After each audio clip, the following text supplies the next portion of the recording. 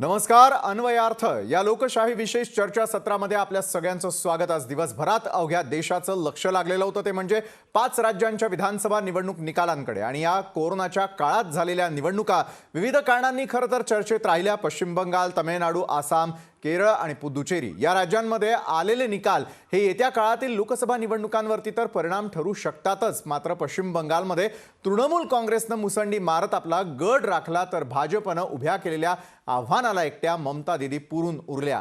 पण नंदीग्राममध्ये पुन्हा मतमोजणी करण्याची मागणी करत रडीचा डाव असल्याची टीका देखील यावेळेला झालेली आहे. तर आसाममध्ये आणि पुदुचेरीमध्ये गड राखण्यात भाजपला यश आलं. तमिळनाडूत तर AIADMK आणि DMK यांच्यामधील चुरशीनंतर सत्तापालट करत DMK यशस्वी ठरलेलं आहे. केरळमध्ये पिनराई विजयन यांच्या नेतृत्वातील सरकारला बहुमत मिळताना दिसतंय, तर UDF विरोधी बाकांवर बसण्याची वेळ आली आहे. तर राज्यामधील पंढरपूर आणि बेळगाव विधानसभा पोटनिवडणुकीत भाजपच्या समाधान आवताडेंनी विजय मिळवला आणि राष्ट्रवादी काँग्रेसला जबर धक्का दिलेला आहे. तर तिकडे बेळगावात भाजपच्या मंगला अंगडी यांनी विजय मिळवत काँग्रेसच्या सतीश जारकीहोळी यांचा पराभव केला. त्यामुळे या सगळ्या निवडणुकांचा अन्वयार्थ पाहणार आहोत आत्ताच्या विशेष चर्चासत्रातून.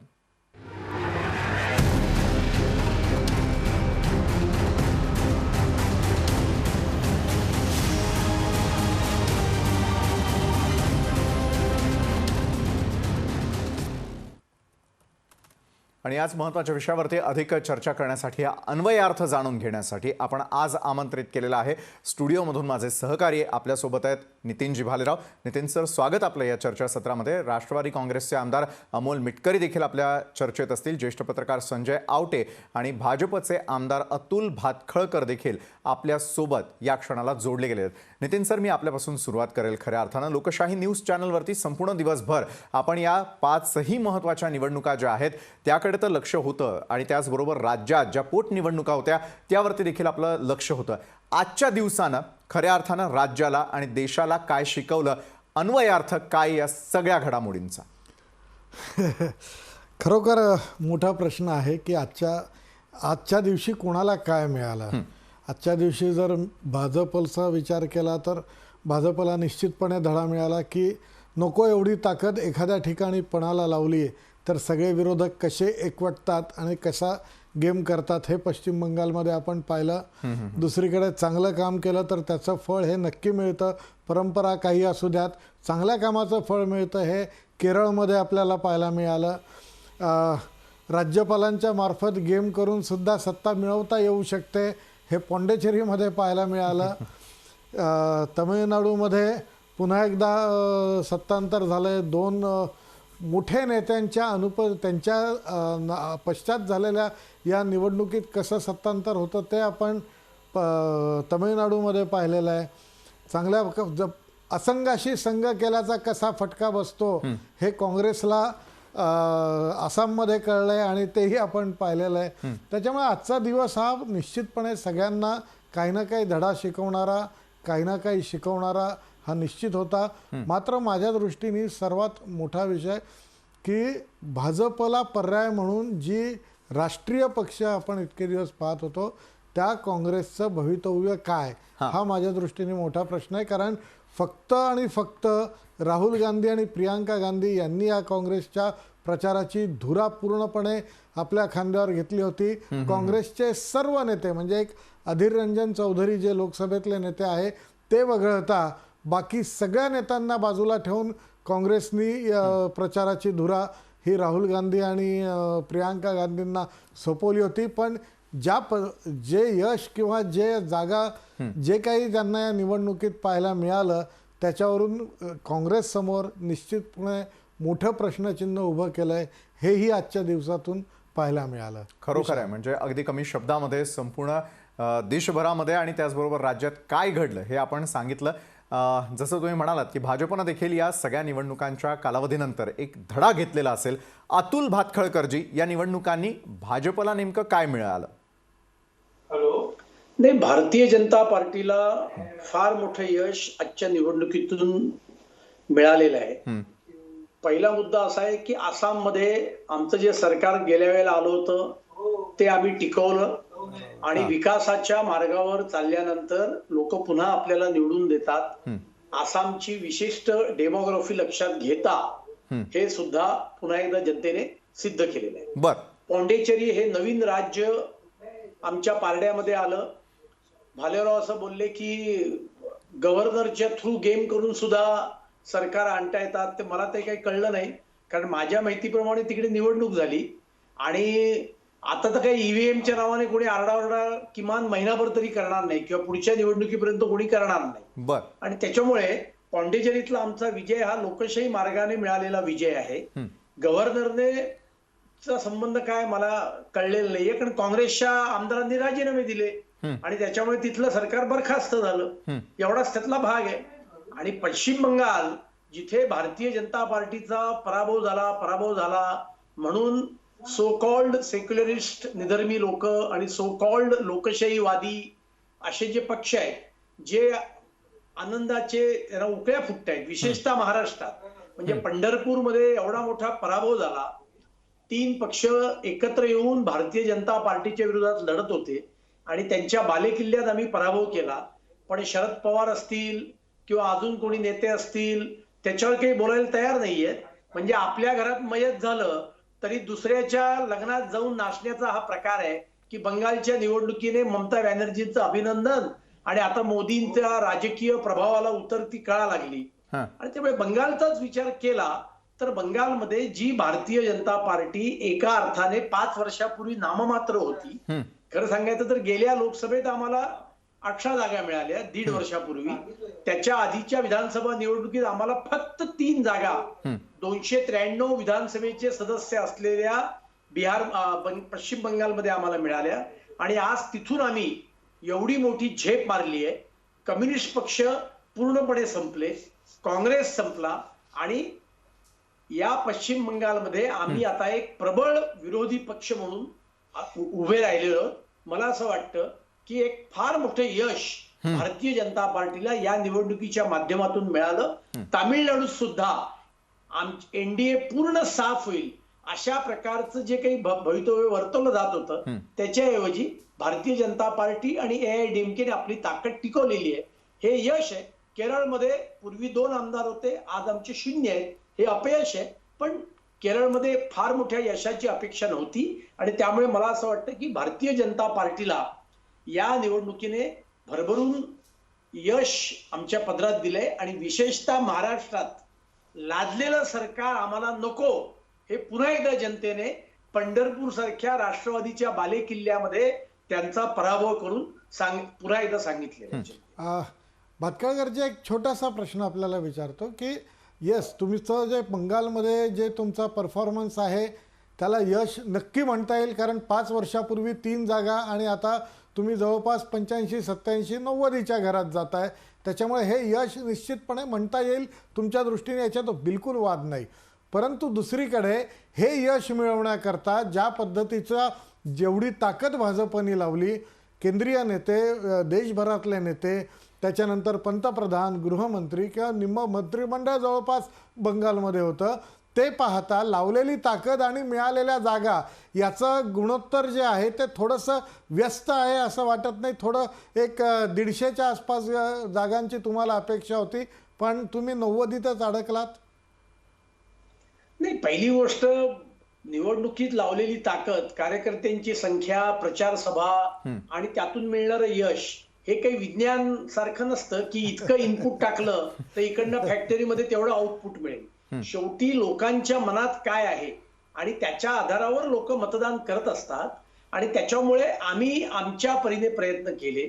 भारतीय जनता पार्टी म्हणून विचार कराल किंवा विचाराल तर आम्ही प्रत्येक निवडणूक अशाच ताकदीने लढतो. दिल्लीमध्ये जेव्हा आमचा पराभव झाला वर्षभरापूर्वी, 6 महिन्यापूर्वी, तेव्हा सुद्धा तुम्ही अशीच टीका केलीत की अनेक लोक गेले. इथून चंद्रकांत दादा पाटील सुद्धा गेले होते, देवेंद्र फडणवीसांच्या सभा झाल्या.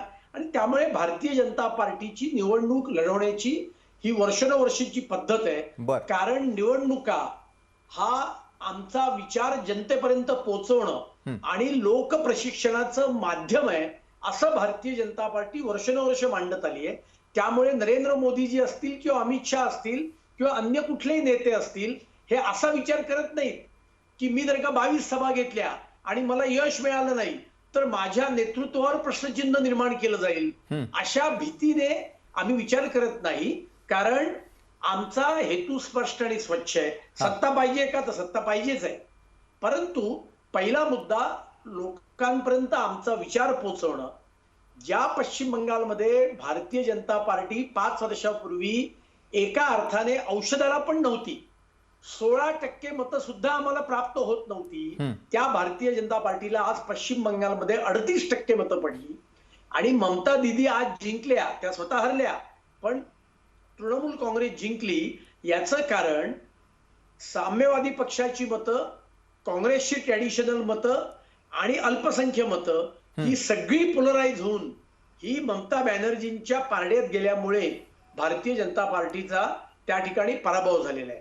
त्यामुळे ताकद किती लावली आणि त्याचं आउटपुट किती, अशा कल्पनेने आम्ही निवडणुकीच्या निकालाकडे बघत नसतो. असा विचार करून जर का आम्ही निवडणुका लढलो असतो तर 51 साली आम्ही जन्माला आल्यानंतर आम्ही पुढे इथपर्यंत वाढलोच नसतो. कारण 51 साली 52 साली आमच्या 3च लोकसभेच्या जागा होत्या आणि त्यामुळे असा विचार भारतीय जनता पार्टी करत नाही. बरं, म्हणजे तशा प्रकारचं गणित किंवा तशा प्रकारचं सूत्र भाजप ही मानत नाही असं अतुलजी आपण म्हणताय. अमोल मिटकर यांच्याकडे आपण जाऊयात. राष्ट्रवादी काँग्रेसचे आमदार आपल्यासोबत आहेत.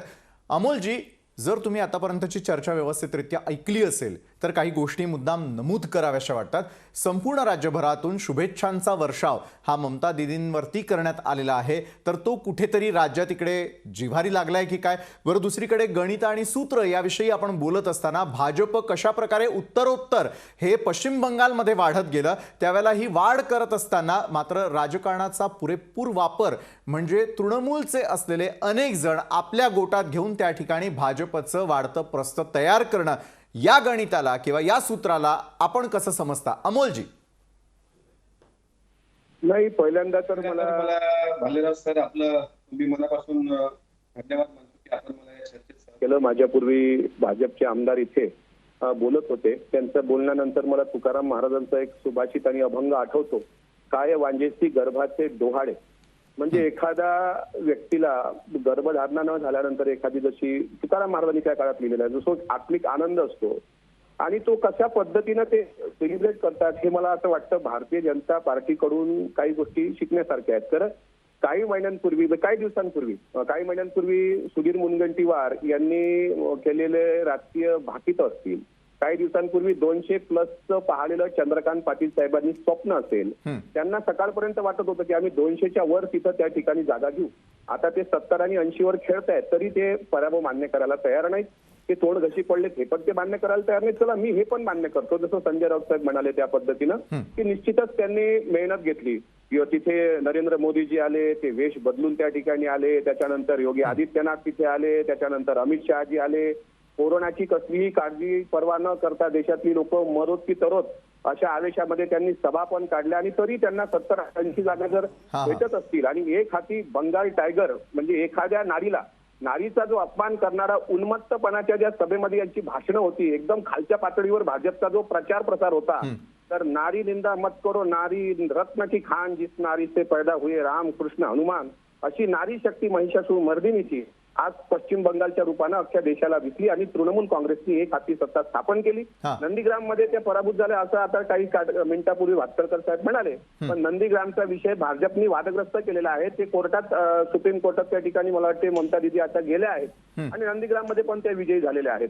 दुसरं असं, राष्ट्रवादी काँग्रेसचा जर आजचा परफॉर्मन्स आपण पाहिला, एकंदरीत आता आजच्या 5 राज्याच्या निवडणुका झाल्या, त्यामध्ये केरळमध्ये सुद्धा निवडणूक झाली आणि केरळमध्ये आम्ही 3 उमेदवार राष्ट्रवादी काँग्रेस पक्षाचे दिले होते, ज्यामध्ये थॉमस हे कुट्टीनाड विधानसभा परिक्षेत्रातून 5000 मतांनी आणि AK ससेंद्रन हे 37,000च्या लीडनी इलाथूर या विधानसभा परिक्षेत्रातून निवडून आले. म्हणजे केरळमध्ये 3 पैकी 2 जागा आल्या. आणि पंढरपूर मंगळवेढा पोटनिवडणुकीमध्ये आमचा एक निसटता पराभव त्या ठिकाणी झालाय. कारण हा जो फरक आहे पंढरपूर मधला 37 ते 33 मतांचा, मला असं वाटतं 1 लाखाच्या वर भगीरथ भालके यांनी त्या ठिकाणी मतं घेतलेली आहेत. इथले भाजपने दिलेले जे उमेदवार होते ते प्रचंड आर्थिक तगडे उमेदवार होते. समाधान अवताळे मागच्या वेळी सुद्धा ते निवडणुकीमध्ये उभे होते, त्यावेळी भारत भालके यांची समीकरणं वेगळ्या पद्धतीची होती. आता काही मिनिटांपूर्वी आता भातखळकर म्हणाले की यांच्या पक्षाकडून कोणी बोलायला तयार नाही, तर पक्षाच्या प्रदेशाध्यक्षांनी अधिकृत भूमिका मांडलेली आहे जयंत पाटील साहेबांनी. त्यांनी सांगितलं की समन्वयाचा कुठेतरी अभाव कार्यकर्त्यांमध्ये होता, त्याच्यामुळे आम्हाला निसटता पराभव स्वीकारावा लागला.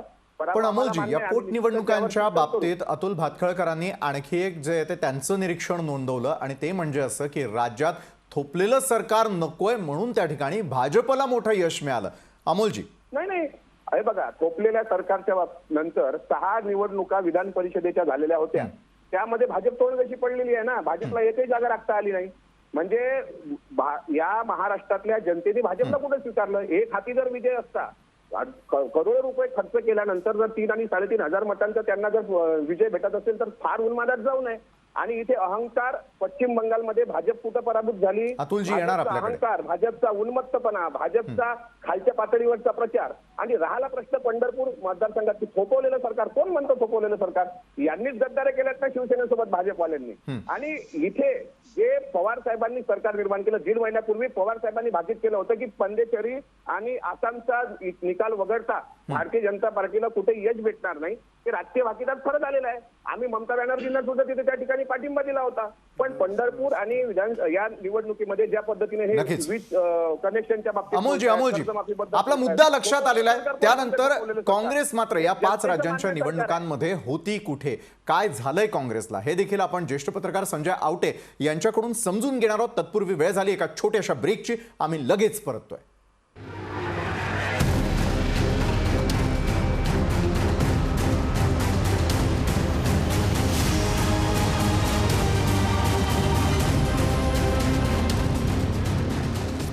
ब्रेकनंतर अन्वयार्थ या विशेष चर्चासत्रामध्ये आपल्या सगळ्यांचं पुन्हा एकदा स्वागत. या संदर्भात अधिक चर्चा करून घेण्यासाठी आपण आज आमंत्रित केलेलं आहे. स्टुडिओत माझे सहकारी नितीनजी भालेराव आहेत, राष्ट्रवादी काँग्रेसचे आमदार अमोल मिटकरी, ज्येष्ठ पत्रकार संजय आवटे आणि भाजपचे अतुल भातखळकरजी देखील आपल्या सोबत आहेत. अतुलजी, मी आपल्याकडे येणार आहे. अमोल मिटकरींनी ज्या प्रकारचा अन्वयार्थ त्यांच्यासाठी काढलेला होता तो जाणून घेण्यासाठी. मात्र तत्पूर्वी आपण संजयजी आवटे यांच्याकडे जाऊयात. संजयजी, या संपूर्ण निवडणूक प्रक्रियेमध्ये काँग्रेस नेमकी होती तरी कुठे? काँग्रेस संपली आहे की त्यांनी पराभव मानलेला आहे की आणखी काही वेगळी स्ट्रॅटेजी आता काँग्रेसची येत्या कालावधीतल्या निवडणुकांमध्ये पाहायला मिळू शकते? संजयजी, विशाल, एक लक्षात घ्या की या 5 राज्यांच्या निवडणुकांच्या अनुषंगानं फार गंभीरपणे आपण विश्लेषण आणि चिंतन केलं पाहिजे. मुळामध्ये ज्याचा तुम्ही उल्लेख केला, आपण जर बघितलं तर राष्ट्रीय स्तरावर साधारणपणे 3 विचारधारा प्रामुख्यानं महत्वाच्या मानल्या जात होत्या. एक काँग्रेसची विचारधारा, दुसरी जी आहे ती साम्यवादी समाजवादी डावी विचारधारा आणि तिसरी जी आहे ती अर्थातच भाजपची संघाची विचारधारा. या सगळ्याच्या अनुषंगाने आपण जर बघितलं तर आता काँग्रेसला या सगळ्या निवडणुकीमध्ये जे काही अपयश मिळालेलं आहे किंवा बंगालमध्ये सुद्धा डाव्यांनी एक मोठी डाव्यांची स्पेस जी विचारधारांचं काय झालं आणि भाजपनं मागणी मुसंडीची आहे त्याचा विचार करावा लागणार असेल त्याबद्दल आपण बोलू. तर आता अतुल भातखळकर भातखळकर जी मांडणी करत होते ती फार आश्चर्यकारक आणि चमत्कारिक होती. मुळामध्ये आमचा पराभव झालाच नाही अशी जी मांडणी ते करतायत ते फार हास्यास्पद आहे. एक लक्षात घ्या, म्हणजे मुळामध्ये भाजप जेव्हा निवडणूक लढवतं तेव्हा केवळ भाजप नसतं. एक बघा की बाकी सगळीकडे अत्यंत कमी फेजेसमध्ये निवडणूक होते, पण बंगालमध्ये मात्र 8 टप्प्यांमध्ये निवडणूक होते. कारण त्यांनी मगाशी उल्लेख केला की एकूण प्रचारासाठी पंतप्रधान जातात, गृहमंत्री जातात, बाकी सगळे लोक जातात. तर त्यामुळे त्या सगळ्यांना ती स्पेस मिळावी, ती सोय व्हावी म्हणून निवडणुका 8 टप्प्यांमध्ये केल्या गेल्या. भाजप जेव्हा निवडणूक लढवतो तेव्हा भाजप एकटं नसतं. भाजप बरोबर निवडणूक आयोग असतो, भाजप सोबत ईडी असतं, भाजप सोबत बाकी सगळ्या गोष्टी असतात. आणि हे सगळं होऊन सुद्धा आपण या वेळच्या विधानसभेच्या निवडणुकीपेक्षा सुद्धा जास्त जागा आता मिळालेल्या आहेत. हा पहिला मुद्दा आहे. दुसरा मुद्दा असा आहे की गेल्या विधानसभा निवडणुकीमध्ये 3 जागा मिळाल्या आणि आता एवढ्या जागा मिळाल्या, एवढं विश्लेषण करून चालणार नाही. अतुल भातखळकरांनी हे लक्षात घेतलं पाहिजे की गेली विधानसभा निवडणूक आणि ही विधानसभा निवडणूक या 2 निवडणुकांच्या मध्ये एक लोकसभा निवडणूक झालेली होती. बंगालमध्ये एकूण जागा आहेत 42, त्यापैकी 18 जागा त्या भाजपला मिळालेल्या होत्या आणि 22 जागा तृणमूल काँग्रेसला मिळालेल्या होत्या. त्या 18 जागांचा विचार केला तर आता किमान 26 जागा तरी किमान भाजपला मिळायला पाहिजे होत्या. प्रत्यक्षात मात्र जागा किती मिळालेल्या आहेत? त्यामुळे एवढं सगळं होऊन सुद्धा तृणमूल काँग्रेसला जे काही यश मिळालेलं आहे त्यांना बंगालमध्ये ते अत्यंत लक्षणीय आहे, प्रचंड आहे. आणि त्यामुळे भाजपचा बंगालमधला पराभव जो आहे तो स्पष्टपणे दिसतोय. याच्यामध्ये काही शंकाच नाही. मला असं वाटतं की मुळामध्ये बंगालमध्ये एवढं सगळं करून सुद्धा ममता बॅनर्जी यांनी एक हाती जी निवडणूक जिंकली, एक हाती आणि एका पायानं असं पण म्हटलं पाहिजे. त्याचं सगळ्यात महत्वाचं कारण असं आहे की मुळामध्ये बंगाली अस्मिता या अनुषंगानं ममता बॅनर्जी उभ्या राहिल्या आणि याच्या उलट नरेंद्र मोदी आणि अमित शहा हे मात्र काहीतरी वेगळेच आहेत हे मानलं गेलं. विषयाने एक मुद्दा लक्षात घेतला पाहिजे. सध्या तुम्ही जो मगाशी प्रश्न उपस्थित केला त्या अनुषंगाने मुद्दाम बोललं पाहिजे. आपल्याकडे असं झालंय असं की राष्ट्रीय राजकारणाच्या पटलावर सध्या सिद्ध होईल असं नेतृत्व आपल्याकडे नाही. म्हणजे विरोधकांकडे नाही हे खरंच. काँग्रेसची अवस्था काय आहे, डावींची अवस्था काय आहे, समाजवाद्यांची अवस्था काय आहे त्याबद्दल आपण बोलून निकाल पण बोलताय. पण सगळ्यात महत्वाचा मुद्दा असा आहे की नरेंद्र मोदी आणि अमित शहा यांना सुद्धा लोक प्रांतिक नेतेच मानतायत, त्यांना राष्ट्रीय नेते मानत नाहीत. अटल बिहारी वाजपेयींना लोक राष्ट्रीय नेता मानायचे, नेहरूंना लोक राष्ट्रीय नेता मानायचे, इंदिरा गांधींना लोक राष्ट्रीय नेता मानायचे. ते कुठल्या राज्याचे आहेत, कुठल्या पद्धतीच्या हा मुद्दाच नव्हता. इथे मात्र असं नाहीये. इथे मात्र असं आहे की नरेंद्र मोदी अमित शहा म्हणजे कुठल्या तरी परराज्यातले लोक आपल्याकडे येत आहेत अशा प्रकारची मांडणी लोकांना वाटते. आणि म्हणून जे महाराष्ट्रामध्ये घडलं ते बंगालमध्ये सुद्धा घडताना आपण बघतो आहोत. बरं, नक्कीच बंगाली संजयजी, अस्मिता विरुद्ध गुजराती नेतृत्व. नक्कीच. म्हणजे पश्चिम बंगालचं जर आपण राजकारण आजपर्यंत पाहिलं तर त्या ठिकाणी ममता दीदी ज्या आहेत त्या स्वतःचं कार्ड तर त्या ठिकाणी खेळतच असतात. त्याचबरोबर तृणमूलची असलेली जी नाळ आहे तिथल्या मतदारांची ती देखील महत्त्वाची. मात्र अतुलजी, मी आपल्याकडे या क्षणाला येतो. त्या ठिकाणी आलेला सगळा फौजफाटा असेल आणि त्यानंतर भाजपनं केलेला आक्रमक त्या ठिकाणचा प्रचार, त्यासमोर मात्र ज्यावेळेला ममता दीदी या स्मार्टली त्या ठिकाणी एक वेगळं कार्ड खेळताना दिसतात, भावनिक आवाहन करतात, त्यावेळेला मात्र त्या निश्चित भारी पडतात का अतुलजी? नाही, मुळामध्ये पहिलं तुमच्या प्रश्नाला मी उत्तर देतो की आतापर्यंत देशामध्ये हे अनेकदा सिद्ध झालेलं आहे की विधानसभेच्या निवडणुका आणि लोकसभेच्या निवडणुका या दोन्ही वेळेला लोक अनेकदा वेगवेगळा विचार करतात. त्यामुळे आता जे काही विश्लेषण केलं संजय आवटे मला वाटतं त्यांनी केलं आणि त्यांनी काही जावई शोध लावले. त्यांचा द्वेष जो काही भारतीय जनता पार्टी विषयी संघाविषयी तो राहू दे, लाखला पाहिजे त्यांना. असल्या द्वेषाला आम्ही काडीतकी किंमत देत नाही. पण नरेंद्र मोदी हे काही राष्ट्रीय नेते नाहीयेत वगैरे. ज्या माणसाने 303 जागा जिंकल्या ते राष्ट्रीय नेते नाहीत आणि ते एका विधानसभेच्या राज्याच्या निवडणुकीमध्ये त्यांना यांच्या कल्पनेनुसार पराभव स्वीकारावा लागला आणि म्हणून ते एका राज्याचे नेते. कुठली गोष्ट कुठे लावायची एवढं तरी स्वतःला जेव्हा आपण पत्रकार म्हणवतो तेव्हा कळायची आवश्यकता आहे. किंवा एवढा तरी पण तो नाहीये. अमोलजी, मी आपल्याला संधी देणार आहे. नेत्या होत्या पण इंदिरा गांधींना कधी तामिळनाडू जिंकता आला नाही. इंदिरा गांधींना कधी पश्चिम बंगाल जिंकता नाही आला. 77 पासून पश्चिम बंगालमध्ये ही कम्युनिस्टांची सरकार होतं आणि त्याच्यामुळे आपण काय बोलतोय आणि काय विश्लेषण करतोय हे जरा लक्षात घेऊन विश्लेषण करा. हा माझा पहिला मुद्दा आहे. दुसरा मुद्दा, भारतीय जनता पार्टी मी सुरुवातीलाच म्हटलं कुठलीही निवडणूक अत्यंत गांभीर्याने लढवते. असं नाही केलं आम्ही. केरळमध्ये मोदीजींच्या सभा झाल्या नाहीत. केरळमध्ये पण मोदीजींच्या सभा झाल्या. तामिळनाडू सुद्धा मोदीजींच्या सभा झाल्या. तामिळनाडूमध्ये तर आमचं सरकार येण्याचा मुद्दाच नव्हता कारण आम्ही तेवढ्या जागाच लढवत नव्हतो. मग कशाला सभा केल्या? आणि त्याच्यामुळे असलं हास्यास्पद विश्लेषण करू नका. आणि मी असं कधीही म्हटलं नाही की ममता दिदींचा विजय झाला नाही. ममता दिदी निर्विवादपणे जिंकल्या हे मी सुरुवातीलाच सांगितलेलं आहे. भारतीय जनता पार्टीचा पराभव झाला का याचं विश्लेषण मी करत होतो. 3 वरनं आम्ही आज 70 ते 80च्या घरापर्यंत पोहोचलेलो आहोत. साम्यवादी पक्ष 76 वरनं 3 वर पोहोचला. काँग्रेस कुठे आहे हा मुद्दा आहे आणि त्याच्यामुळे भारतीय जनता पार्टीचा पराभव हा बंगालमध्ये झालाय असं मला वाटत नाही. आता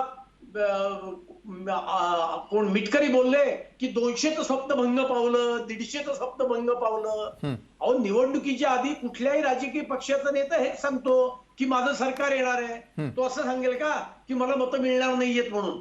आणि त्याच्यामुळे शरद पवारांनी खूप स्वप्न पाहिले हो आयुष्यभर प्रधानमंत्री होण्याची, पण 10च्या वर खासदार नाही आणता आले निवडून. तरी सुद्धा तुम्ही म्हणत राहिलात ना प्रधानमंत्री प्रधानमंत्री, पण ते काही शक्य नाहीये. कळलं की नाही? 2019ला शरद पवार असं बोलले होते की आता मोदी काही देशाचे प्रधानमंत्री होणार नाहीत, पण तसं काही घडलं नाही. मोदी अधिक मतं घेऊन अधिक जागा निवडून आणून देशाचे प्रधानमंत्री बनले आणि त्यामुळे तुम्ही शरद पवारांविषयी भलत्या सलत्या कल्पना करून राहू नका. त्याने तुमच्या नशिबात काही तुम्हाला फार काही मिळेल यापुढे असं मला वाटत नाही. आणि राहिला मुद्दा स्त्रियांच्या दाक्षिण्याविषयीचा.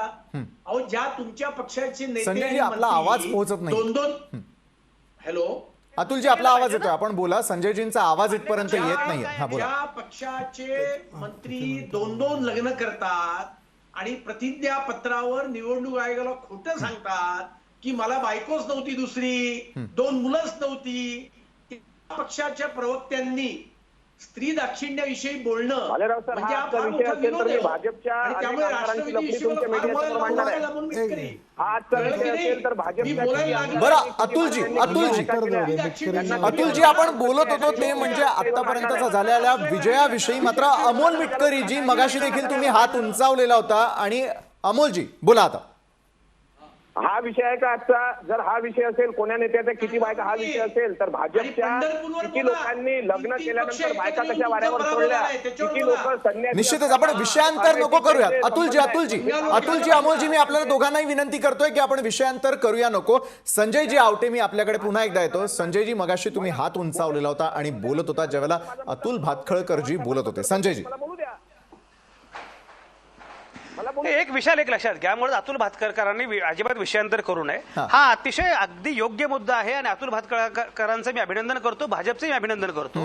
हे खरंच मी सुरुवातीला सांगितलं की जे 3 राष्ट्रीय प्रवाह आहेत त्यामध्ये एक अर्थातच काँग्रेसचा राष्ट्रीय प्रवाह आहे, दुसरा साम्यवादाचा आणि भाजप आहे. या तिन्हीचा विचार केला तर आता संघाचा राष्ट्रीय प्रवाह हा पुढे पुढे जातो आहे, मुसंडी मारतो आहे. याच्यामध्ये काही शंका नाही की आपण जर बघितलं तर पहिल्यांदा साऊथ बेल्ट जो आहे तर उत्तर भारतामध्ये भाजप होताच, आजही आहे.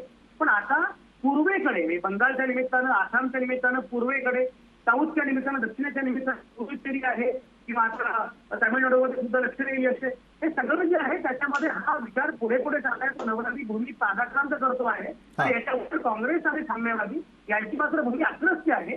हे मी सुरुवातीला सांगितलं त्यामध्ये काही मुद्दाच नाही, ते आपण मान्यच केलं पाहिजे. त्याच्या पुढचा मुद्दा असा आहे की मुळामध्ये तुम्ही जेव्हा निवडणुकीची प्रक्रिया तुम्ही काबीज करता, बंगालमध्ये 8 फेजेसमध्ये तुम्ही निवडणूक लढवता, हा पहिला भाग आहे. दुसरं म्हणजे निवडणुका लढवणं, प्रचार करणं, याच्याशिवाय पंतप्रधान काहीच करत नाही, हा दुसरा मुद्दा आहे. तिसरं म्हणजे त्या बंगालमध्ये ज्याच्याबद्दल आज आपण एवढी चर्चा करतो आहोत, तिथे every second person is positive.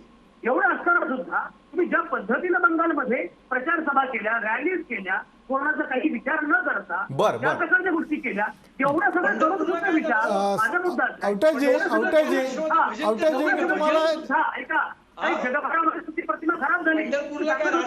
जगभरामध्ये प्रतिमा काय, ऑस्ट्रेलियन माध्यमांनी काय म्हटलंय, अमेरिकन माध्यमांनी काय म्हटलंय, काय म्हटलंय, आणि पंढरपूर आणि महाराष्ट्रामध्ये कुठली निवडणुका होत्या एवढ्या तुमच्या पद्धतीने इलेक्शन कमिशन तुमच्या सोबत होतं, बाकी सगळं सोबत होतं. बरं, नक्की संजयजी आपलं म्हणणं आहे की ज्या ज्या वेळेला निवडणुका येतात त्यावेळेला सर्व आयुधांचा वापर हा भाजपकडून केला जातो, तर दुसरीकडे मात्र ज्या वेळेला काँग्रेस, राष्ट्रवादी काँग्रेस किंवा महाविकास आघाडी सरकार पंढरपुरामध्ये ज्या वेळेला निवडणूक लढवते त्यावेळेला मात्र कोरोनाचा विसर पडतो, असं अतुलजी भातखळकर या क्षणाला म्हणताना दिसत आहे. याच अनुषंगाने चर्चेच्या पुढच्या भागात जाणार आहोत एका छोट्याशा ब्रेक नंतर.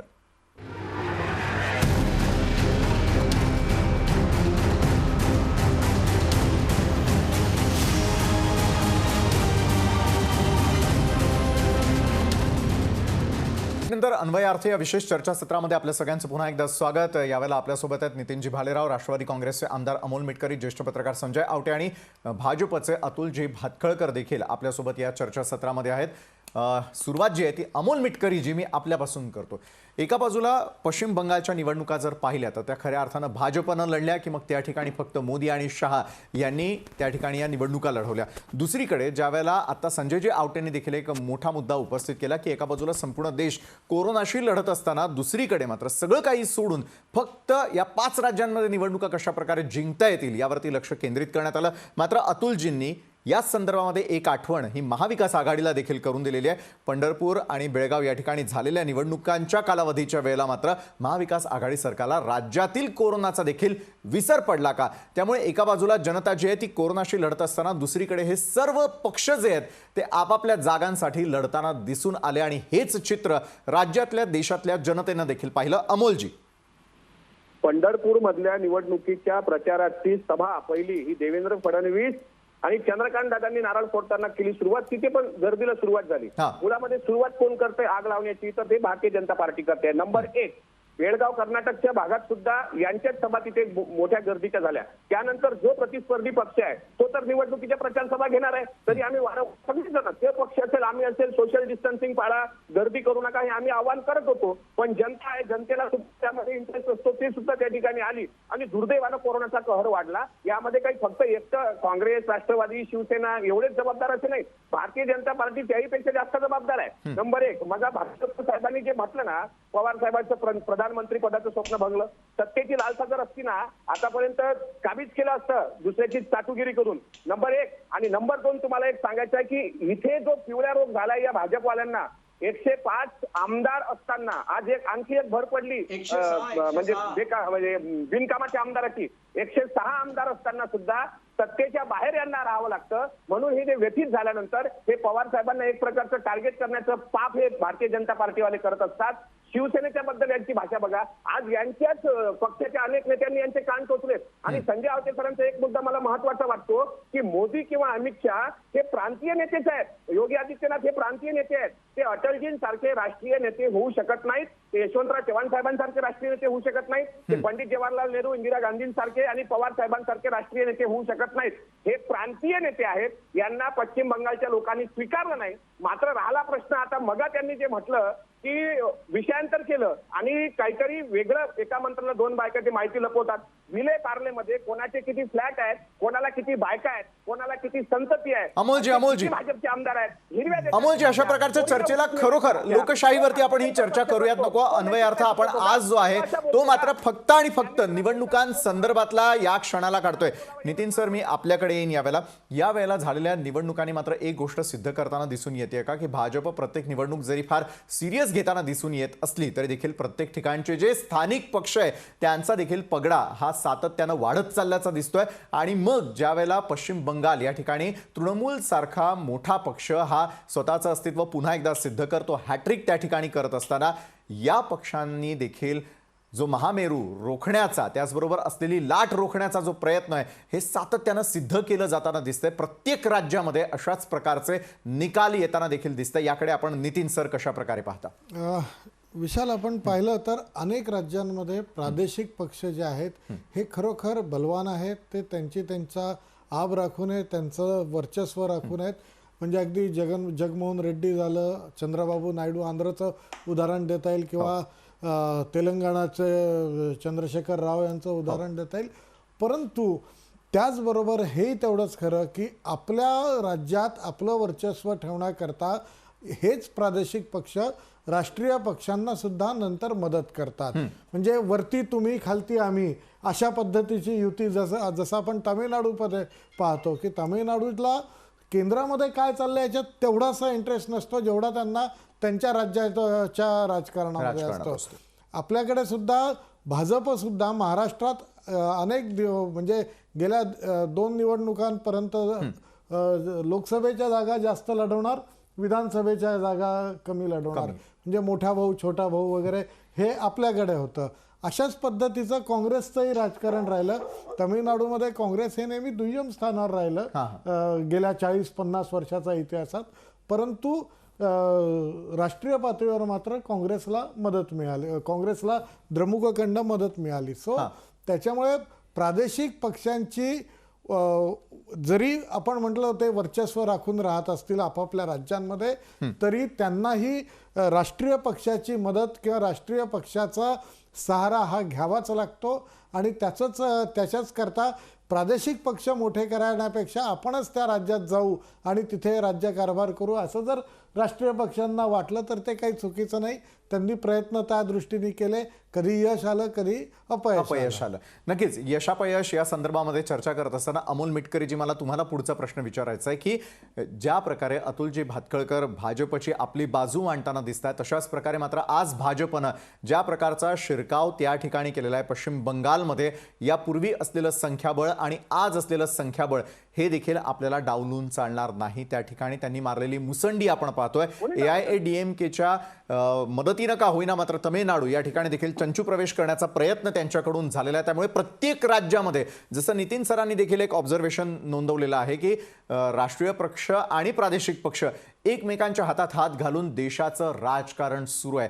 मात्र पश्चिम बंगालमध्ये ज्यावेळेला एक मोठं अस्तित्व स्वतःचं निर्माण करण्यासाठी भाजप त्या ठिकाणी दाखल होतो त्यावेळेला प्रादेशिक पक्षांसाठी देखील एक महत्त्वाचं मोठं आव्हान ते उभं करू शकतात हे देखील त्यांनी दाखवून दिलेलं आहे, जे आपल्याला खरं तर नाकारून चालणार. याच संदर्भात एक उदाहरण देता येईल की ज्या वेळेला गोवा हा स्वतंत्र झाला आणि गोवा हा महाराष्ट्रात सामील करायचा का स्वतंत्र राज्य ठेवायचं याकरता गोव्यात जनमत घेण्यात आलं.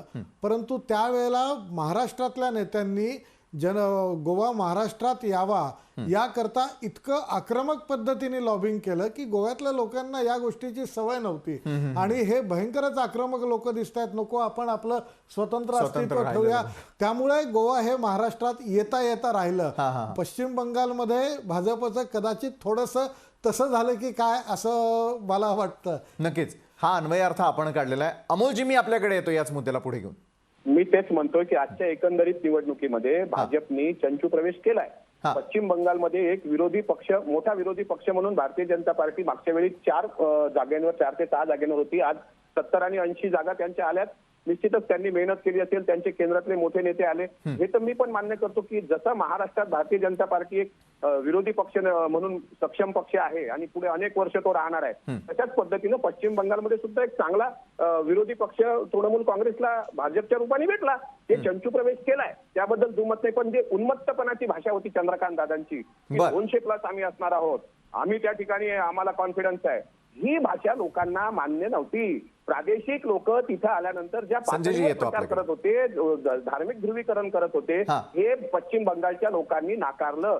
जसं अटलजींचं नेतृत्व राष्ट्रीय नेता म्हणून स्वीकारतंय भाजप आणि इतर सुद्धा, मी सुद्धा त्यांचा चाहता आहे. जसं पंडित जवाहरलाल नेहरू, इंदिरा गांधींना राष्ट्रीय नेते समजले जातात, अलीकडच्या काळात पवार साहेब राष्ट्रीय नेते आहेत. ही तुलना मोदी, अमित शाह आणि आपले काय म्हणतात त्यांना हे योगी आदित्यनाथ यांनी ती बरोबरी करण्याचा प्रयत्न करू नये. माझं म्हणणं एकच आहे, भाजपने एक गोष्ट मान्य केली पाहिजे, एक हाती सत्ता, हॅट्रिक आणि द्विशतक जे मारलेलं आहे आपल्या ममता बॅनर्जी यांनी, त्यांचं वर्चस्व निर्विवाद मान्य केलं पाहिजे की 200+ त्यांचं स्वप्न भंगलं आणि 70 आणि 80 वर ते आहेत. विरोधी पक्ष म्हणून त्यांना शुभेच्छा आहेत. महाराष्ट्रात जसे अनेक वर्ष, 25 वर्ष ते पुढे विरोधी पक्षाच्या भूमिकेत राहतील, तसेच ते पश्चिम बंगालमध्ये सुद्धा राहोत. बरं अमोलजी, आपण कॉन्फिडेंटली हे वर्तवून मोकळे होत आहेत की विरोधी पक्ष नेते पदावरतीच जे आहे ते समाधान भाजपला मानावं लागेल. अतुलजी, मी आपली सविस्तर प्रतिक्रिया घेणार आहे. तत्पूर्वी संजयजी आवटे मी आपल्याकडे येतो. संजयजी, विरोधी पक्ष नेता म्हणून पहिल्यांदा जे तृणमूल काँग्रेस समोर इतकं मोठं आव्हान जे आहे ते भाजपनं उभं केलेलं आहे, त्या ठिकाणी झालेलं जे सत्ताकारण आहे ते येत्या काळात कशा प्रकारचं असेल, ममता दीदींसमोर असलेली आव्हानं याकडे देखील डोळे झाक करून चालणार नाही. संजयजी, याच अनुषंगाने अजून एक प्रश्न तुम्हाला विचारतो. याच अनुषंगाने पुढचा प्रश्न विचारतो की जे महाराष्ट्रात होतं आहे, आज बंगाल आणि महाराष्ट्र फार जवळजवळ आलेले आहेत, एकमेकांचं अभिनंदनाचं हे चालू आहे. तर ज्या पद्धतीने महाराष्ट्रातले सत्ताधारी आणि केंद्र असे संबंध आहे, तसेच संबंध याच्या पुढच्या काळात बंगाल आणि केंद्रामध्ये राहतील असं वाटतं का? आणि विरोधी पक्षाची भूमिका भाजप बंगालमध्ये किती प्रभावीपणे पार पाडेल का महाराष्ट्रासारखंच त्याही सरकारला सळो की पळो करून सोडेल? संजयजी. नितीन भालेराव, तुमचा हा मुद्दा अतिशय महत्वाचा आहे आणि एक लक्षात घेतलं पाहिजे आपण की मुळातच बंगाल महाराष्ट्र याच्यामध्ये खूप छान असं नातं आहे, हृदयाचं नातं आहे. ते लाल बाल पाल यांच्यापासून ते अगदी टागोर आणि टागोरांवरती पुलंनी केलेली मांडणी, त्यामुळे बंगाल आणि महाराष्ट्र याच्यामध्ये खूप छान नातं आहे. साहित्य, कला, संस्कृती, भाषिक अस्मिता, अभिजातता, कलासक्तता खूप छान नातं आहे. त्यामुळे बंगाल आणि महाराष्ट्र याच्यामध्ये या अंगाने सुद्धा बोलता येण्याचं एक महत्वाचा मुद्दा मला या निमित्तानं असं म्हणायचं म्हणजे शास्त्री भास्करांचं रागवले सर म्हणजे आपण माझे पण जवळचे मित्र आहे. एक लक्षात घ्या की मला कुठल्याही पक्षाच्या अनुषंगाने पक्षी मांडणी करायची नाही, मात्र शास्त्री भास्करांच्या मुद्द्यांमध्ये आंतरविरोध मी नोंदवतो. पण एक लक्षात घेतलं पाहिजे, आता ज्या प्रकारची मांडणी आपण मेटकरी वगैरे करताय, एक लक्षातच घ्या की हे या सगळ्या निवडणुकीमध्ये भाजप ज्या पद्धतीनं पुढे चाललेलं आहे हे आपण लक्षात घेतलं. म्हणजे बंगालमध्ये ठीक आहे, हे अगदी खरं आहे की लोकसभा निवडणुकीचा विचार करता भाजपचं अपयश अगदी लक्षणीय आहे. एवढंच नव्हे तर ज्या पद्धतीनं 8 फेजेसमध्ये नरेंद्र मोदी, अमित शहा यांच्या प्रचार सभा आणि हे सगळं लक्षात घेता एक हाती ममता बॅनर्जी यांनी मिळवलेला विजय हा फार लक्षणीय आहे. हे सगळं खरं आहे. पण तरी सुद्धा ज्या पूर्वेकडे, ज्या बंगालसारख्या राज्यामध्ये भारतीय जनता पक्ष हा दखलपात्र होता, तो या खेळातलं सगळ्यात महत्वाचं पात्र झालेलं आहे. हे लक्षात घेतलं पाहिजे. काँग्रेस आणि राष्ट्रवादी काँग्रेस सारख्या पक्षांना याचा अजिबात भान नाही. ते आता खऱ्या अर्थानं देशाची मुख्य भूमी पादाक्रांत करण्याच्या अनुषंगानं देशाच्या राजकारणाचा मुख्य प्रवाह हा भाजपच झाला पाहिजे, संघ झाला पाहिजे. याच्या अनुषंगानं भाजप ज्या प्रकारे काम करतोय, अरे ही तर निवडणूक सोडून द्या, बंगाल हे तर राज्य आहे. हैदराबाद महानगरपालिकेसारख्या निवडणुकीच्या अनुषंगानं अमित शहा ज्या प्रकारे निवडणुकीमध्ये उतरले, की हरणारी निवडणूक सुद्धा ते ज्या प्रकारे लढतात आणि पूर्णपणे राजकारणाची मुख्य भूमी पादाक्रांत करण्याच्या अनुषंगानं ज्या प्रकारे काम करतात ते आपण लक्षात घेतलं पाहिजे. की बघा, एनआरसी आणि सीएचा मुद्दा आहे. बंगाल अतिशय महत्वाचं निर्णायक क्रुशियल असं राज्य आहे. ते बरोबर नरेंद्र मोदी बांगलादेशला गेले, हे सगळं लक्षात घेता अत्यंत निर्णायक पद्धतीनं बंगालमध्ये, आणि हे मला असं दिसतंय की अतुल भास्कर म्हणाले ते अर्धसत्य जरी असलं तरी काही प्रमाणामध्ये खरं आहे की बंगालमध्ये आपल्याला पूर्ण सत्ता मिळेल अशी खात्री, अशी अपेक्षा भाजपची सुद्धा नव्हती. कारण त्यांना माहिती होतं काय घडणार आहे. एक्झिट पोलचे निकाल पण आपण बघितलेले आहेत. त्यांना फक्त 100हून जास्त जागा मिळतील असं वाटलं होतं, ते कमी मिळाले. पण हरणारी निवडणूक सुद्धा ते ज्या प्रकारे लढतायत, पण त्यांना हे माहिती आहे की आता काउंट पॉईंट जास्त आहे, पण आता बंगाल पण आलं पाहिजे, आसाम आपलं आहे, पुदुचेरी आहे, तामिळनाडू आहे, की सगळे करत आपल्याला मुख्य भूमिका पादाक्रांत करायचे. आणि हे सगळं करत एक लक्षात घ्या, एक काळ असा होता की बंगाल हे अतिशय बुद्धिमान लोकांची भूमी आहे, कलासत्व लोकांची भूमी आहे. त्या बंगालमध्ये डाव्यांचं राज्य होतं. आज डावे संपले, डावे पूर्णपणे आक्रसले, काँग्रेस संपलं. आणि उद्या जेव्हा कधी अडचणीमध्ये खरोखरच येतील ममता बॅनर्जी तर येऊ शकतातच, तेव्हा सेकंड ऑप्शन हा कोण असणार आहे? तर तो सेकंड ऑप्शन हा भाजप असणार आहे, लक्षात घ्या. आणि सगळ्यात महत्वाचा मुद्दा, बाळासाहेब तुम्हाला मुद्दाम सांगितलं पाहिजे की सध्या भाजपची सगळ्यात मोठी कोंडी काय होती, तर राज्यसभेमध्ये भाजपला बहुमत नाही. लोकसभेमध्ये बहुमत आहे पण राज्यसभेमध्ये बहुमत नाहीये.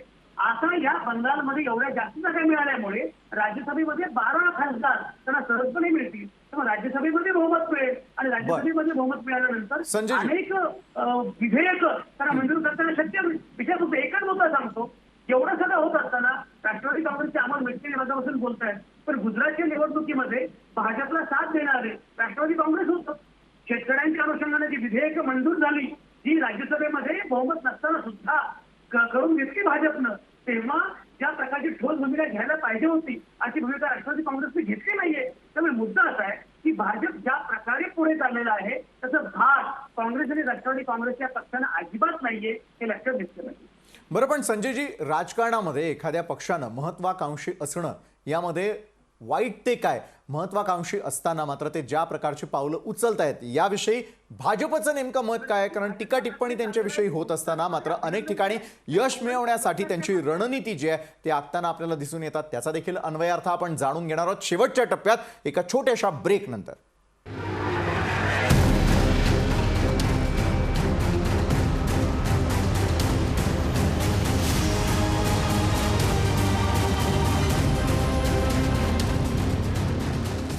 ब्रेकनंतर आपल्या सगळ्यांचं पुन्हा एकदा स्वागत. आणि पुन्हा एकदा आपण थेट चर्चेकडे वळतोय. अन्वयार्थ जाणून घेण्यासाठी नितीनजी भालेराव आपल्यासोबत आहेत, राष्ट्रवादी काँग्रेसचे आमदार अमोल मिटकरी, ज्येष्ठ पत्रकार संजय आवटे आणि भाजपचे अतुल भातखळकर आपल्यासोबत आहे. अतुलजी, निश्चित मी आपल्याकडे येतोय या शेवटच्या सेगमेंटमध्ये, कारण अतुलजी, ज्या प्रकारे विश्लेषण सर्व विश्लेषकांनी आतापर्यंत केलं, एखाद्या पक्षानं महत्वाकांक्षी असणं, महत्वाकांक्षी असताना आक्रमक होणं, या सर्व गोष्टी जर पुन्हा एकदा सेटबॅक देणार असतील तर यावेळेला विचार करणं गरजेचं आहे का? आणि महत्वाकांक्षी असताना प्रत्येक पक्षाचं एक इच्छा असते की प्रत्येक राज्य असेल, प्रत्येक निवडणूक असेल, ती पादाक्रांत करणं, हे स्वप्न बघणं देखील वाईट आहे असं वाटतं का अतुलजी?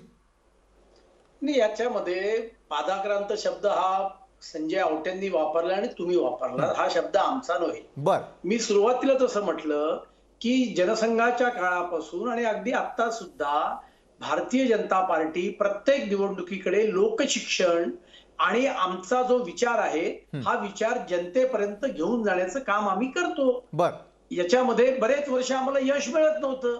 आता गेल्या काही वर्षापासून, विशेषतः 20-25 वर्षात, 30 वर्षामध्ये भारतीय जनता पार्टीला यश मिळतंय. आवटेंसारख्या पत्रकारांनी साम्यवादी संपले, काँग्रेस संपली, याचं विश्लेषण करण्याची आवश्यकता आहे. पण भाजप वाढतो याचं कारण असं आहे की भाजप हा अंतर्गत लोकशाहीवर चालणारा पक्ष आहे. भाजप हा एका घराण्याचा पक्ष नाहीये. भारतीय जनता पार्टीमध्ये ध्येयवादी कार्यकर्ते आहेत.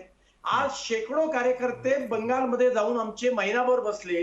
त्यांना कोणी तिकडे जाऊन पैसे दिले नव्हते. एक देशभक्तीचं वातावरण आम्ही पश्चिम बंगालमध्ये या निवडणुकीच्या माध्यमातून निर्माण करण्याचा प्रयत्न केला आणि त्यामुळे सर्वसामान्य लोकांना हा पक्ष आपला वाटतो. याचं कारण भ्रष्टाचार मुक्त प्रशासन हे नरेंद्र मोदीजींनी दिलेलं आहे आणि त्याच्यामुळे आम्ही आमचा विचार जनतेपर्यंत घेऊन जाणार आणि कुठलीही निवडणूक आम्ही सिरियसलीच लढवतो. हे तुमचं विश्लेषण आहे की याच्यात यश मिळालं का नाही मिळालं.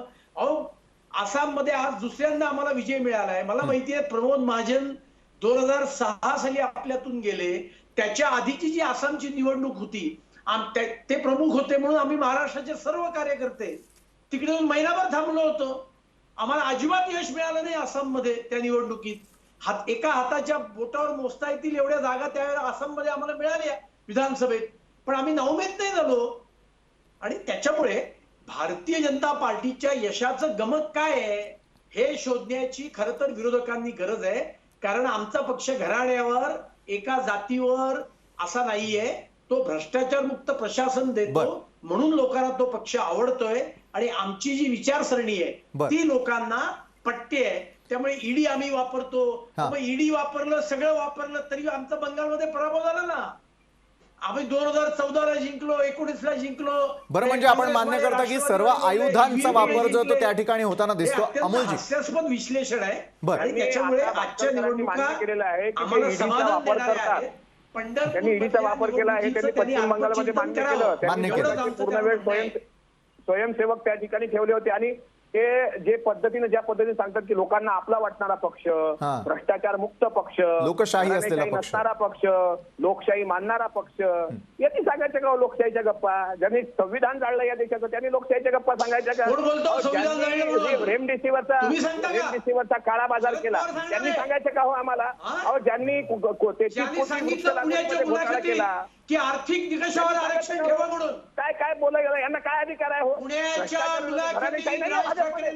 भाजपने सगळे पवार हे बोललेले आज हे भरणासन्न देश जो सरणावर उभा केला आहे हा मराठा समाजाला तुम्ही मला तर या निमित्तानं वाटतंय की जे महाराष्ट्रावर यांनी अन्याय केला, मिटकरीजी भातखळकरजी, आपण निवडणुकीवर बोलतो आहोत. राज्यातलं मराठा आरक्षण असेल किंवा इतर विषयांवरती आपण सविस्तर पुन्हा एकदा कधीतरी चर्चा करूयात. आजचा तो विषय नाहीये. आजचा आपण जो विषय आहे तो आपला निवडणुकीच्या विश्लेषणाचा विषय आहे आणि दोघांनाही विनंती आहे दोघंही त्याच्यावरच राहिले तर अधिक योग्य राहील. बरं, नक्कीच चर्चा आपली वेळ जी आहे ती खरं तर संपत आलेली आहे. सर्व मान्यवरांना एकच विनंती आहे, मला प्रत्येकाला संधी द्यायची आहे या क्षणाला. त्यामुळे आपण थोडक्यामध्ये आज दिवसभरात घडलेल्या घडामोडींचा, यापूर्वी झालेल्या प्रचाराचा अगदी थोडक्यात अर्थ जो आहे तो जाणून घेऊयात. अवघा 1 मिनिट आहे आणि मला 4ही मान्यवरांकडे यावेळेला जायचं, त्यामुळे वेळेचं थोडं बंधन आहे. अतुलजी, मी आपल्यापासून सुरुवात करतो. अतुलजी, राष्ट्रवादी विचारांचा प्रभाव हा देशभरात वाढत चाललाय हे आजच्या निवडणुका निदर्शक आहे. आणि पंढरपूरच्या निवडणुकीत तिन्ही पक्ष एकत्र येऊन अख्खं मंत्रिमंडळ त्या ठिकाणी बसून पैशाचा अनिर्बंध वापर करून खोट्या GR काढले की ज्या गावांचे पाण्याचे प्रश्न सुटलेले नाहीये तिथे सुटला, ऑर्डर काढली, असे खोटे GR वाटल्यानंतर सुद्धा भारतीय जनता पार्टी एकट्याच्या जीवावर विजयी झाली. या निवडणुकीमुळे महाराष्ट्राने कधीही इच्छा व्यक्त न केलेलं सरकार जे महाराष्ट्राच्या डोक्यावर बसवलेलं आहे त्यांना दणका देण्याचं काम केलेलं आहे. हा झाला आपण काढलेला अन्वयार्थ पोटनिवडणुकांसंदर्भातला. अमोलजी, अगदी थोडक्यात. अमोलजी, थोडक्यात. 105 विरोधी पक्षात भाजपचे बसवल्यानंतर विधान परिषदेच्या ज्या निवडणुका झाल्या होत्या पदवीधरच्या आणि शिक्षक मतदारसंघाच्या, त्या तरुण उमेदवारांनी या भारतीय जनता पार्टीला तिथे खातं सुद्धा उघडू दिलं नाही. समाधान अवताळेच्या रूपानं प्रचंड पैशावाला कॉन्ट्रॅक्टर माणूस तिथे उभं केला. शेतकऱ्यांच्या पत्नीचा अपमान करणाऱ्या प्रशांत परिचारकच्या हाती धुरा दिली आणि पंढरपूरमध्ये पैसा जिंकला. आणि माणुसकी हरली. जे बर. स्वर्गीय भारत भालके यांनी ते निर्माण केलं होतं त्या ठिकाणी निसटता विजय आहे. भाजपने जास्त अहंकारात जाऊ नये. 4 आणि 5 हजाराचा विजय आहे तुमचा. 2024 ला व्याज. नक्कीच अमोलजी वेळेचं थोडं बंधन आहे मला. नक्कीच नितीनजी अन्वय अर्थाकडे आपण येऊयात. राज्य आणि देश पातळीवरचा नितीनजी. राज्याचा पंढरपूरचा जो निकाल आहे हा महाविकास आघाडीला आत्मपरीक्षण करायला लावणारा निकाल आहे. या पुढच्या काळात यांच्यातला समन्वय जर व्यवस्थित राहिला नाही तर 2024ला पुढे काय होईल याचे संकेत देणारा हा पंढरपूरचा निकाल आहे. दुसरीकडे काँग्रेसला अत्यंत प्रामाणिकपणे आत्मपरीक्षण करण्याचा सल्ला देणारा हा निकाल आहे. भारतीय जनता पक्षाला सुद्धा उतू नका, मातू नका, घेतला वसा टाकू नका हा संदेश देणारा हा निकाल आहे. त्याच्यामुळे प्रत्येक जण आपापल्या परीनं याचे अन्वयार्थ काढतील. मी काढलेला माझ्या व्यक्तिगत मताचा अन्वयार्थ हा होता. संजयजी आवटेजी, येत्या काळामध्ये लोकसभा निवडणुकांना सामोरं जायचं आणि यापूर्वी झालेल्या विधानसभा निवडणुका अनेक गोष्टी शिकवून गेलेल्या आहेत. राज्यात झालेल्या पोटनिवडणुका देखील शिकवून गेलेल्या आहे. अगदी एका वाक्यात हा अन्वयार्थ संजयजी. मला असं वाटतं की मुळामध्ये पंढरपूरचा निकाल जो आहे तो स्थानिक निकाल आहे. त्यामुळे त्याच्याबद्दल राज्याबद्दलची माहिती केली पाहिजे असं नाही तर महाविकास आघाडी. पण एकूण देश पातळीवर मात्र भाजप राष्ट्रीय राजकारणाचा मुख्य प्रवाह होऊ पाहतो आहे विचार म्हणून. पण ती वैचारिक लढाई लढण्याचं आव्हान अद्यापही विरोधकांना काँग्रेसला कळलेलं नाही, डाव्यांना कळलेलं नाही. हा धडा लक्षात घेतला. नक्कीच धन्यवाद अतुलजी, धन्यवाद संजयजी, धन्यवाद अमोलजी आणि धन्यवाद नितीन सर. आपण या चर्चासत्रामध्ये सामील झालात आणि या संपूर्ण निवडणुकांचा अन्वयार्थ आपल्या राज्यातल्या जनतेपर्यंत पोहोचवण्याचा प्रयत्न केला. त्यासाठी आजच्या या विशेष चर्चासत्रामध्ये वेळ झाली. इथे थांबण्याची ताज्या बातम्यांसाठी पाहत रहा लोकशाही न्यूज.